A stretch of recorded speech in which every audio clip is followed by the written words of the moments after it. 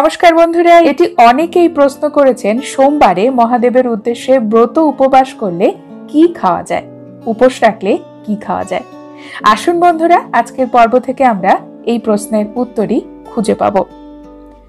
সোমবার ভগবান শিবের উদ্দেশ্যে উৎসর্গীকৃত। সোমবারকে ভগবান শিবের বার বলা হয় এবং ভগবান শিবের আরেক নাম হলো সোমেশ্বর।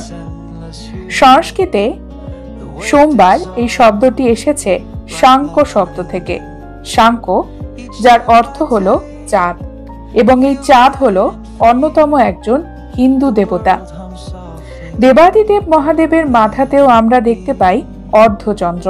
তাই মহাদেবকে খুশি করতে সোমবারে বহু ভক্তরা বিশেষ পুজোর আয়োজন করে।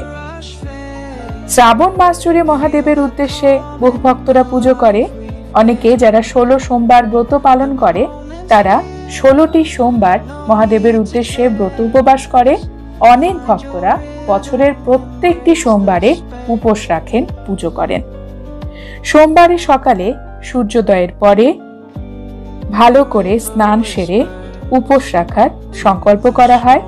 শুদ্ধ বস্ত্র পরিধান করেন ভক্তরা।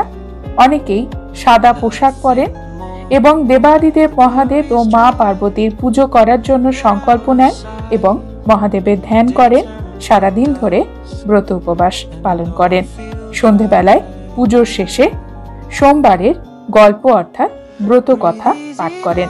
ভক্তরা সারাদিন ওম নমঃ শিবায় এই মন্ত্র উচ্চারণ করেন এবং উপোসের নিয়মগুলি পালন করেন।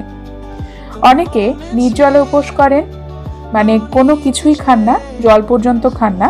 সকলের পক্ষে তো আর নির্জলে উপোস করা সম্ভব হয় না, তাই বহু ভক্তরা সাবুদানা খেয়ে থাকেন। সাবুদানার খিচুড়ি, ফল ইত্যাদি খেয়ে আংশিক উপোস রাখেন। সোমবারে যারা শিব পুজো করেন, উপোস রাখেন, তারা সাত্ত্বিক আহার গ্রহণ করবেন। সাত্ত্বিক আহারের মধ্যে কিন্তু মিষ্টি জাতীয় খাবার পড়ে। এছাড়াও আরো অনেক আহার রয়েছে।